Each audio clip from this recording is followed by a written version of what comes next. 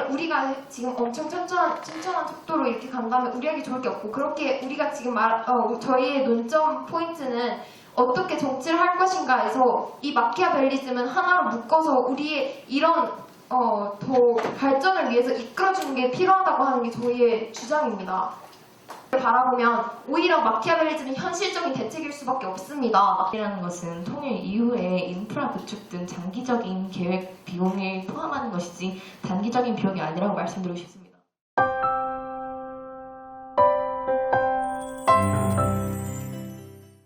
한국경제연구원에서 진행한 설문조사 결과에서도 국민들 중 통일비용 지불 의사가 없다는 의견이 30% 정도입니다. 통일 한반도는 민주적 절차를 통한 평화 통일을 전제로 합니다. 하지만 통일 이후 마키아벨리즘을 구현하는 리더가 실현한다면 강력한 권력을 기반으로 문제 상황을 통제하는 통치 모델이 구축될 것입니다. 통일의 방향이 통일을 위해서 나아가는 방향인 건지 통일 후의 방향인 건지에 대한 애매함에 오르라고 보고 싶습니다. 논제 자체의 기본입니다. 그래서 저희가 말하는 것은 통일의 방향성, 즉 이 통일이 된 이후에 어떻게 정치를 나가게 가지고 어떻게 사람들을 통일해 나가야 어떻게 발전시킬 것인지에 대해서 토론을 하는 것입니다. 마키아벨리즘이라는 것은 강력한 권력을 기반으로 필요에 따라서는 강제성을 사용해서 한다는 것을 알고 있습니다. 국민들이 수동적 태도를 보이기 때문에 오히려 그 역효과가 일어날 것이라고 말씀을 하셨는데, 과거 정도전의 예시를 들어보면요, 과거 정도전이 고려 말 때 몽골 귀족 세력들의 반대에도 통일 비용을 메꿔낸다고 말씀하셨는데, 통일 비용이라는 것은 통일 이후에 인프라 구축 등 장기적인 계획 비용을 포함하는 것이지 단기적인 비용이 아니라고 말씀드리고 싶습니다.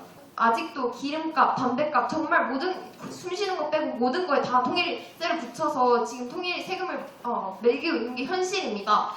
인프라 구축 비용이 장기적이며 그 인프라 구축을 위한 비용, 그 통일세 등은 매우 장기적이어서 우리가 지금 생각할 것이 아니라고 하셨는데, 그 국민들 중 통일 비용 지불 의사가 없는 의견이 약 30% 정도이고, 연간 10만 원 이하의 통일 비용을 제시하겠다는 사람들이 약 65% 정도였습니다. 하지만 이렇게 단기적인 스카이데일리에서 경기도에 거주한 청소년을 대상으로 실시한 설문조사에 따르면 우리나라 미래 세대들은 남북 통일의 필요성에 대한 통일에 대한 회의적인 시각을 가지고 있다는 것이 논점과 어떤 관련이 있는지 잘 모르겠습니다. 논점 이탈이 오르라고 생각합니다. 통일이 된 후에 그 후에 통일 비용을 지급, 세금을 내야 할 미래 세대들이기 때문에 청소년과 관련이 있다고 생각합니다. 그러면 회의적인 청소년들을 어떻게 세금을 내게 하실 거죠? 마키아벨리즘적인 의도는 강제적으로 돈을 뺏는다는 건데, 과거에 IMF 때 국민들이 금 모으기 운동처럼 자발적으로 그 금 모으기 운동 같은 경우에는 매우 단적인 예시라고 생각해서 성급한 일반화에 오르라고 생각합니다. 마키아벨리즘적 리더가 권모술수를 이용해서 강제적으로 손을 걷는 것은 민주주의적 통일 한반도에 대한 시대투행적 발상이라고 생각합니다. 결국 합쳐지면 신생국가가 되는 건데, 주변 나라, 즉 일본, 미국, 러시아, 중국 같은 경우에도 저희가 이렇게 합쳐서 신생국가가 만들어져서 발전하는 동안에도 그 나라들이 계속 발전하고 있는데, 거기서 국민들이 일어나서 통일을 한 것이고 거기에 대해서 모든 부담을 국민들의 마음에서 우러나와서 한다면 굳이 강압적인 제재나 강제적인 태도를 보이는 마키아벨리스트가 등장하지 않아도 될 것입니다.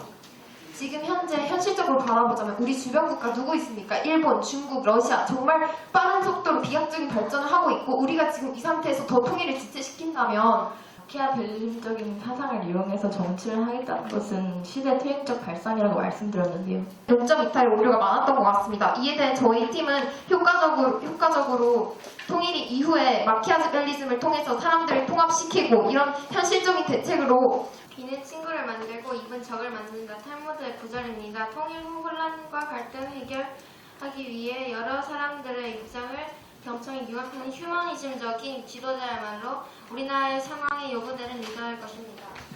하나의 국가를 이끌어 나가야 하는 지도자는 단 한 명의 국민이라도 목적 그 자체로 대우하며 귀하게 여길 수 있어야 거대한 국가를 이끌 자격이 주어집니다.